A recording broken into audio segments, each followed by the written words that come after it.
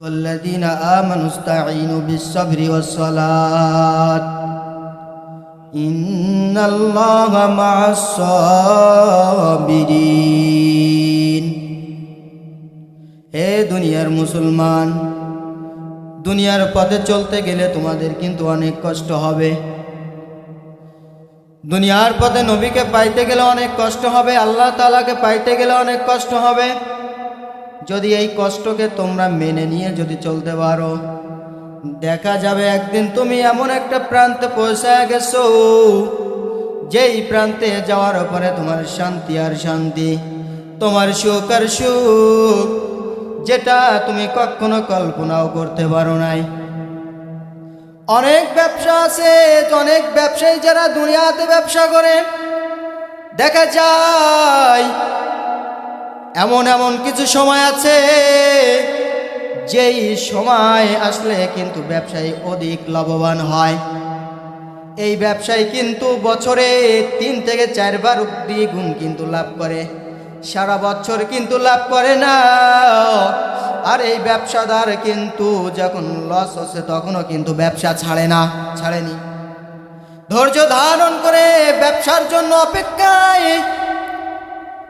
আমার ব্যবসার দ্বারে কোন ব্যক্তি আসবে, পথের দিকে তাকায়া থাকে আর বলে কোন ব্যক্তি আসবে জানি আমার দোকানে 2 টাকা কেনা বেচা করব।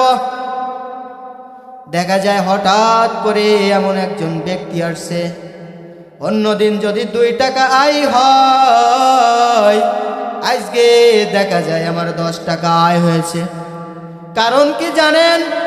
ওই দুনিয়াদার শিখছে, যদি আমি দুনিয়ার পথে ধৈর্য ধারণ করি, একদিন না একদিন কিন্তু আমার দ্বারে কোনো না কোনো খদ্দের আসবে, আর যে আসবে সে দ্বিগুণ টাকা দিয়ে কিনে নিবে, অথবা আমি তার কাছে দ্বিগুণ টাকায় বেচে আমি কিন্তু লাভবান হতে পারবো।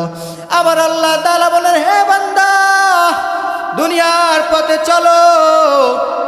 তুমি নামাজ পড়তে গেলে অনেকে তোমাকে নিয়ে টিটকারি করে, তুমি রোজা রাখো, অনেকে তোমাকে বলে নতুন রোজাদার হয়েছে।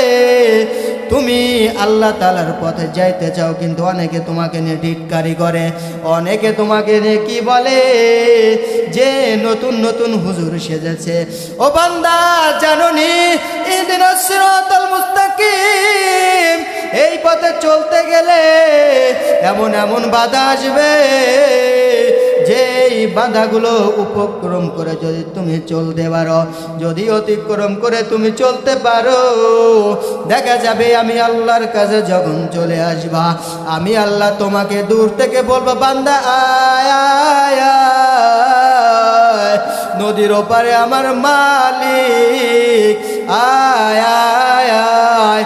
যখন তুমি নদী পার হইয়া গেলা, ঢের ভিতর দিয়া অনেক কষ্ট করিয়া পার হওয়ার পর যখন তুমি আপন লোকের কাছে গেলা, কেমন শান্তি লাগবে।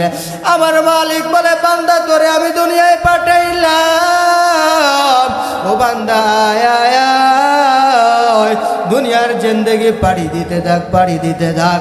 এমন একটা তোর সামনে দিন আসবে, যেটা হলো তোর আমার মাঝখানে একটা দেয়াল, যেটা হলো মৃত্যু।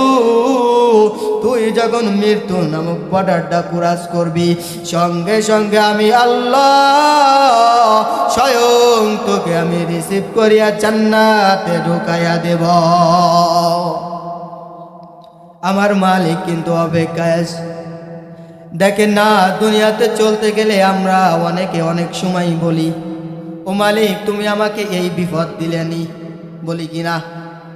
আরে ভাই, এই বিপদ আমার মালিক যাকেই ভালোবাসে তাকে কিন্তু বিপদের ভিতরে ফেলায়। কেমন বিপদ? বড় বড় মুসিবতের ভিতরে ফেলায়। সন্তান আমার বড় মায়ার, সন্তান বড় দয়ার। দেখা যায় মা ছেড়ে কাজ করছে, ছোট সন্তান রোডে দৌড় দিয়া চলিয়া অ্যাক্সিডেন্ট করে মারা গেছে। আমার মায়ার সন্তান, আমার বড় আদরের সন্তান, তাকে কিন্তু আল্লাহ কাড়িয়া নিছে। যদি তখন আমি বলি আল্লাহ তুমি কি আমার সন্তানটাকে দেখলেনি অ্যাক্সিডেন্ট করে মারিয়া ফেলার জন্য, তখন বলেন আমার মালিক কতটা রাগান্বিত তোমার পরে আমার পরে হবে। যদি আমরা তখন সবর করতে পারি আর আল্লাহর উপরে বলতে পারি মালিক ও মালিক তুমি ভালো চেয়েছো, যেভাবে আমার প্রিয় সন্তানকে তুমি নিয়ে গেছো আল্লাহ তোমার উপরে সফর করে দিলাম, কিয়ামতের ময়দানে যেন এই সন্তানের ওসিলায় জান্নাতে যাইতে পারি। যদি এইভাবে তুমি ধৈর্য ধারণ করতে পারো তাহলে দেখা যাবে ও আয়াতের শেষ লগ্নে ইন্নাল্লাহা মা'আস সাবিরিন, আমি আল্লাহ ওই বান্দার সঙ্গে আছি। আমার পয়গম্বরগণরাও কিন্তু দুনিয়ার চলার পরে বহুত কষ্ট করেছে। আল্লাহর হাবিব সাল্লাল্লাহু আলাইহি ওয়াসাল্লাম তিনি আবু বকর রাদিয়াল্লাহু তাআলাকে বলছে, ও আবু বকর একটা দিন সামনে আসতে পারে আমার সঙ্গে, হয়তো অর্ধরাত্রে সফর করতে হতে পারে, ও আবু বকর তুমি রেডি হয়ে থাকিও। যেদিন আবু বকরকে রাসূল বলেছেন সেদিন থেকে আল্লাহর রাসূলের ওই প্রিয় সাহাবী আবু বকর তখন থেকে আর ঘুমায় নাই। 1 মাস 15 দিন 1.5 মাস পর অতিক্রম হয়ে গেল।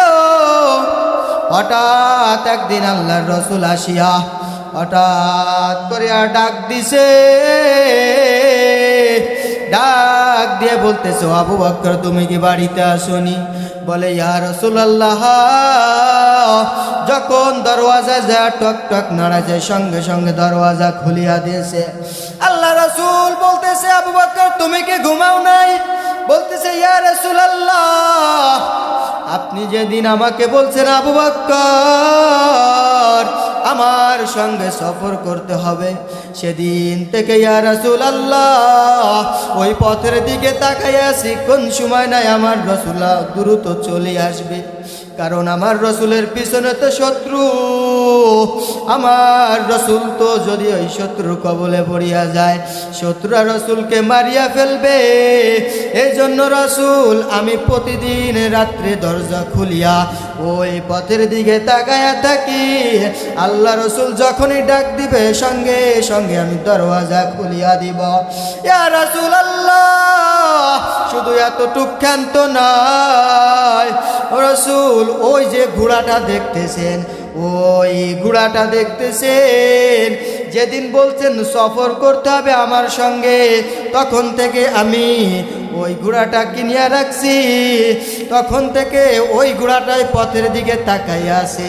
কখনো জানে রাসূল আসিয়া আমি যদি ঘুমায়া পড়ি, আমাকে যদি উঠাইতে দেরি হয় অথবা বহন সব কিছু নিয়া যদি ঘোড়া যাইতে দেরি হয়, পিছন থেকে শত্রুরা আসিয়া আল্লাহ রাসূলকে ঘায়েল করিয়া ফেলবে, তখন থেকে ওই ঘোড়াটা ঘুমাই না, সোজা ওই পথের দিকে তাকাইয়া আমার ওই ঘোড়াটা অল টাইম রাতে সে কিন্তু আপনার প্রহার গুনতে থাকে, ওই প্রহার গুনতে থাকে।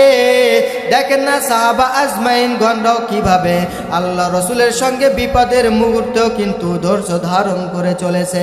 সর্বোপরি একটা কথা বলতে চাই, ও দুনিয়ার মুসলমান, আপনি আমি যদি ধৈর্য ধারণ করিয়া এই দুনিয়া আমল করিয়া যাইতে পারি, তাহলে দেখা যাবে আপনি আমি ওই কবরে যাওয়ার সঙ্গে সঙ্গে আল্লাহ আমাদেরকে জান্নাতের দরওয়াজা খুলিয়া দিবে।